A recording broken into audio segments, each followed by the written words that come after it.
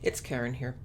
Today we're going to talk about how the actual Hampstead hoax developed from the point when Abraham and Ella brought the two children back from Morocco, where they had been basically torturing them into saying a whole bunch of things about their father, the rest of their family, and their teachers and various other people in Hampstead that had annoyed Abraham and Ella somewhere along the way.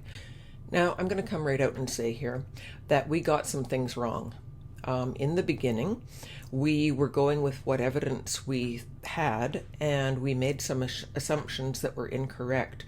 For example, we learned at Sabine McNeill's trial that, in fact, although she had known Ella Draper for some time, Sabine had not actually been involved in the case until the middle of November 2014. And similarly, initially we thought that Belinda Mackenzie had been involved in planning the hoax because of an email that she sent out to her email group in which she talked about starting a new case. It was going to be the most important case ever, and it seemed very much to us as though this was referring to the Hampstead hoax. However, we learned at Sabine's trial that, again, this was not the case. In fact, that had been referring to another case where she was planning to do something, and it had fallen through. And so the Hampstead hoax was not one of her planned events, apparently. So who was involved in the hoax? We know that when Abraham and Ella came back from Morocco, one of the first things that they did was have a person come to their house. That person's name was Finbar Hagen. He does have connections with Brian Garish and the UK column. We don't have evidence that he was there as a scout, except that Abraham claimed that he was. So I'd give that maybe 75%. We know he was there because he made a recording of the children. So that's the first. The second person we know was involved was Brian Garish himself. We know this because of an email dated the 11th of September 2014. So they had been home in the UK for about 7 days. And that was sent to Garish, basically without any introduction or anything. It was just saying it was a copy of what we've referred to in previous posts as the 11-page document, which contained names, addresses, email addresses, phone numbers, various other pieces of information, and it was based on the class lists from the school that the children attended. So we know that Garish received that on the 11th of September as an email. He sent it to his friend Bill Maloney. Maloney sent it on to his friend John Wedger. John Wedger at that time was, I believe, either suspended or on sick leave from the Metropolitan Police. However, he sent it off to one of his colleagues there, and ultimately it made its way back to the team that was investigating the allegations of the children. It was a piece of information that told them that Abraham and Ella had been looking for someone to help them try and publicize the hoax. Just as an aside, even without the letter, we know that Abraham knew Brian Garish because he actually recently put up a video of himself at a conference in long before the hoax was even thought of, before he'd even met Ella, at which he had met Garish and a whole bunch of other people. So he apparently did have more links into the conspiracy community than we at first expected. Now, another person who plays a large role at the beginning of the hoax was Araya Soma. She lives in Glastonbury. I don't think I'm revealing anything that she hasn't already said. And she was friends with Abraham's ex-girlfriend, the woman who he dumped the night of a party in early May 2014 to get together with Ella. Now, this woman, I'm not going to name her because she has nothing to do with the hoax, and I don't think it's fair.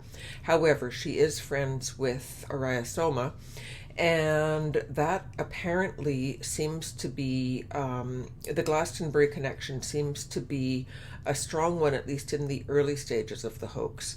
Araya went to some trouble to try to get Bill Maloney engaged in the thing, and was quite put out that he refused to return her calls or answer her frantic emails. So it's fairly clear that from the beginning, Abraham had brought in, his heavy hitters, as many as he had. So it was not until mid-November that Sabine McNeill became involved, and with her, Belinda Mackenzie and others. Just as an aside, Brian Garish didn't seem to stay involved with the Hampstead hoax for very long during the fall of 2014. He disappeared for a little while. He was not seen being, actively involved in promoting it until it had been already released online by Sabine McNeill in early 2015, at which point he kind of came running and started talking about how it must be true, and he, totally believed the children and so on and so forth. So Abraham was quite annoyed about this and made a bit of a fuss, saying that, he had abandoned them and where was he when they needed him and so forth, which kind of seems to have implied that they had some sort of an agreement to begin with, which Garish, for whatever reason, did not feel that he could honor. I don't know why this is, and I imagine we will eventually find out, but it may take some time. Who knows? Sabine McNeill knew Ella, and had known her for some time by the time the Hampstead hoax was underway. They had met because both of them were interested in Bikram yoga, and Ella was Sabine's yoga teacher. When things began to go south after the children were removed from Ella and Abraham's care on the 11th of September, Abraham needed to make himself scarce because the police would want to know why Ella had let her boyfriend abuse her children. So he decided to leave the country, and off he went.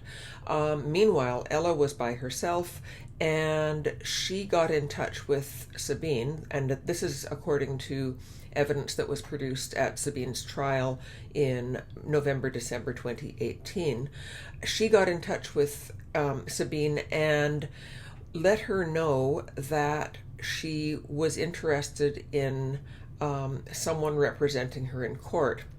Now, this is what Sabine said in her testimony, and far be it from me to accuse Sabine of lying in her testimony. However, at the time that Ella contacted her in mid-November, November the 14th to be precise, Ella still had a team of lawyers. She went through three. She would burn through three legal teams by the early December, at which point she would sack her final legal team, then rehire them, and then sack them again, and then rehire them again, and then sack them again, at which point they handed over her court bundle, which contained a lot of information that she really should not have had access to. Things like the police videos of the interviews with the children.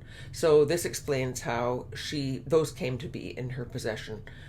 So let's just back up a little bit, back to late September. We know that the police closed their case on the 20th of September. On the 22nd, however, a notation was made in the Kris file, the Kris Report, which we've talked about earlier. That's basically like an ongoing report that all the officers involved in a case will contribute to, and it explains who's done what so that they don't repeat one another's material and so that everyone knows what's going on. So there was a notation in the Kris Report, which is very interesting, and I'm going to just read that to you here. One moment. Okay, so it was dated the 22nd of September 2014, and it said, "From the information that we had, the children's mother is living alone. believe that Abraham has moved out of the house in order that she can regain custody of the children. There is no indication that the relationship is over. So, yeah, the police were onto her.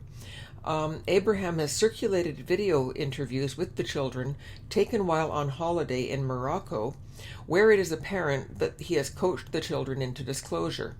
So those would be the airport videos and the ones that were made en route home from Morocco.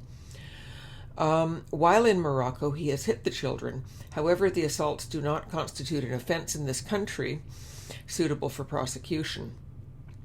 The children have indicated that they do not wish to return to the family home and are in fear of Abraham. Based on this, I would be concerned for the welfare of the children if returned. Abraham, it is believed that he is circulating videos of the children, giving disclosure to people to raise awareness of the satanic cult. This may continue. He has convictions for offenses against his own children, and I would suggest that this may cause future safeguarding issues with these victims if they returned home. Really? You think? So, when we've heard in the past about people finding copies of the videos online prior to them being shared by Sabine, which would happen in late January of 2015, it seems likely now that those were the videos which were shared by Abraham sometime between the time when the children were taken from Ella and Abraham's custody on the 11th of September and the 22nd. So we have to say that Abraham was basically trying to freelance it. It seems unlikely that he got very far because no one had really heard about this until they went viral in late January, but he was giving it his best shot. We also know from the video which Butlin Cat shared a few weeks back of Abraham and Ella discussing how they had had a group, they had basically excluded Sabine from this group. We know from this that they had been planning to release the videos of the children, the airport videos, in a more controlled fashion, and that's actually a quote from their discussion. I'll just read to you what Ella said. No, but even later, it's been discussed many times, well, quite a few times, between those guys, and everybody agreed that it's not time to release that, any part to release. So this is part of why she and Abraham were so incensed with Sabine for having released the videos without their permission. It wasn't about, oh, we need to protect the children, we need to, blur their faces or disguise their voices or take their names out. None of that. That was not of interest to them. What they wanted to do was to release them in a controlled fashion to build up interest on the internet and for their own purposes. So it's the 14th of November.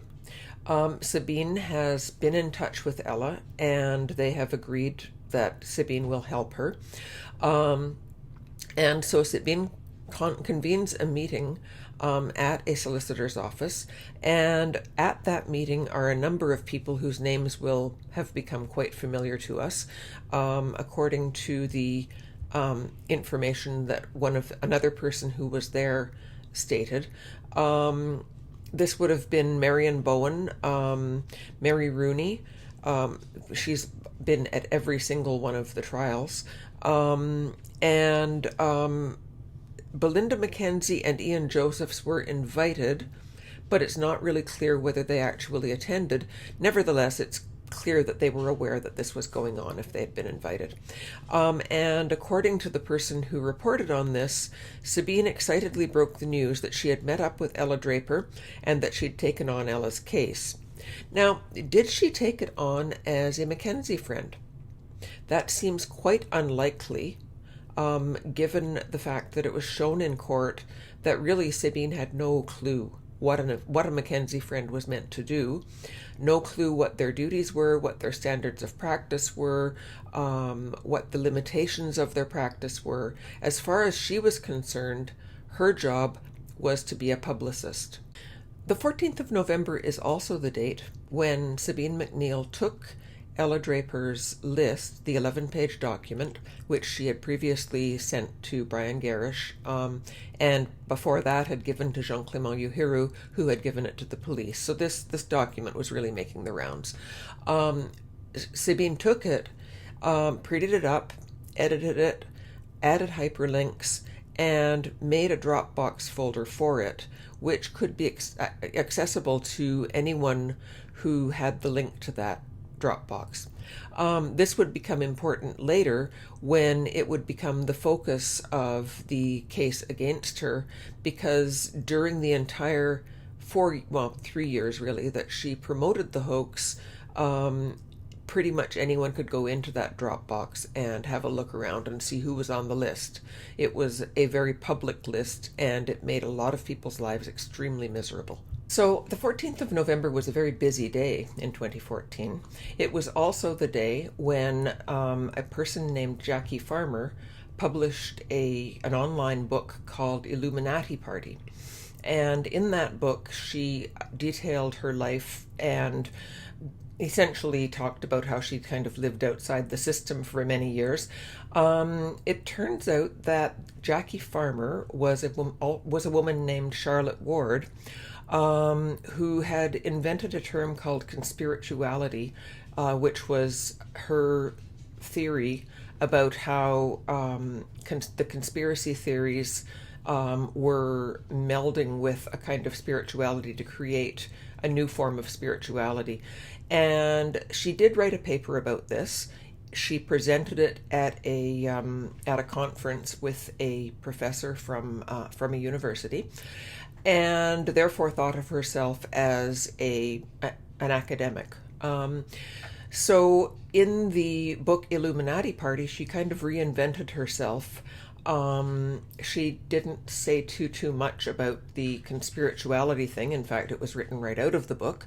And she didn't mention that she had lived with Belinda Mackenzie for a couple of years, or that she had helped Belinda with a few of her cases, including the Holly Gregg case, which was a very notorious thing in Scotland, and also the Musa family, who were a couple who believed that their children were possessed by devils and that they had to beat the devils out of them. When they were helping with these cases, and I use the word helping in quotes, the idea was not that they should be helping the children who had suffered at the hands of their parents. The idea was that they should help the parents get their children back out of care, and that they should get the parents eventually did go to prison, that they should get the parents out of prison. So that's a familiar theme if you think about the Hampstead case. Although they claimed that it was for the children, it was always about getting the children back to their abusive mother. We'll hear more about Jackie Farmer a little bit later on, but I just wanted to pinpoint that and signpost it as something that happened in mid-November. So clearly, Jackie was attempting to rebrand herself from Charlotte, and that was an interesting time to be doing it, because she would later become synonymous with the Hampstead hoax.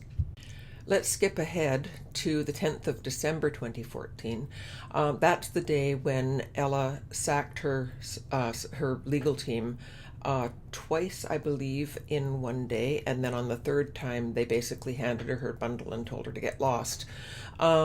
This was because she claimed that they were not representing her interests properly, presumably by which she meant they were not willing to tell the court that they believed that her children had been sexually abused and forced to murder and cannibalize babies by a satanic cult in a community in London. That seems to be the reason that her legal team were unable to represent her. They most likely told her that that was not going to win her children back, but that is not what Ella wanted to hear, and so out they went. On that day, she sacked them, and they handed over her bundle of court materials, which included all of the videos that had been made during the police investigation. She gave those videos to Sabine McNeill. Now, that's significant because Sabine did not have copies of this material earlier. All she had was the 11-page document. Now that she had that material, she was ready to go to town. So I think that's enough for today. Next time we'll talk about what Sabine actually did with those videos and how things went down starting in January 2015. It's going to be an interesting journey, so I hope you'll stick with us. If you would like to read more about the stuff I've been talking about, I'm going to put links in the box under the video, and I hope you'll come and visit us at Hoaxtead Research and find out all of the stuff that the Hampstead hoaxers don't want you to know. Okay, take care. See you next time.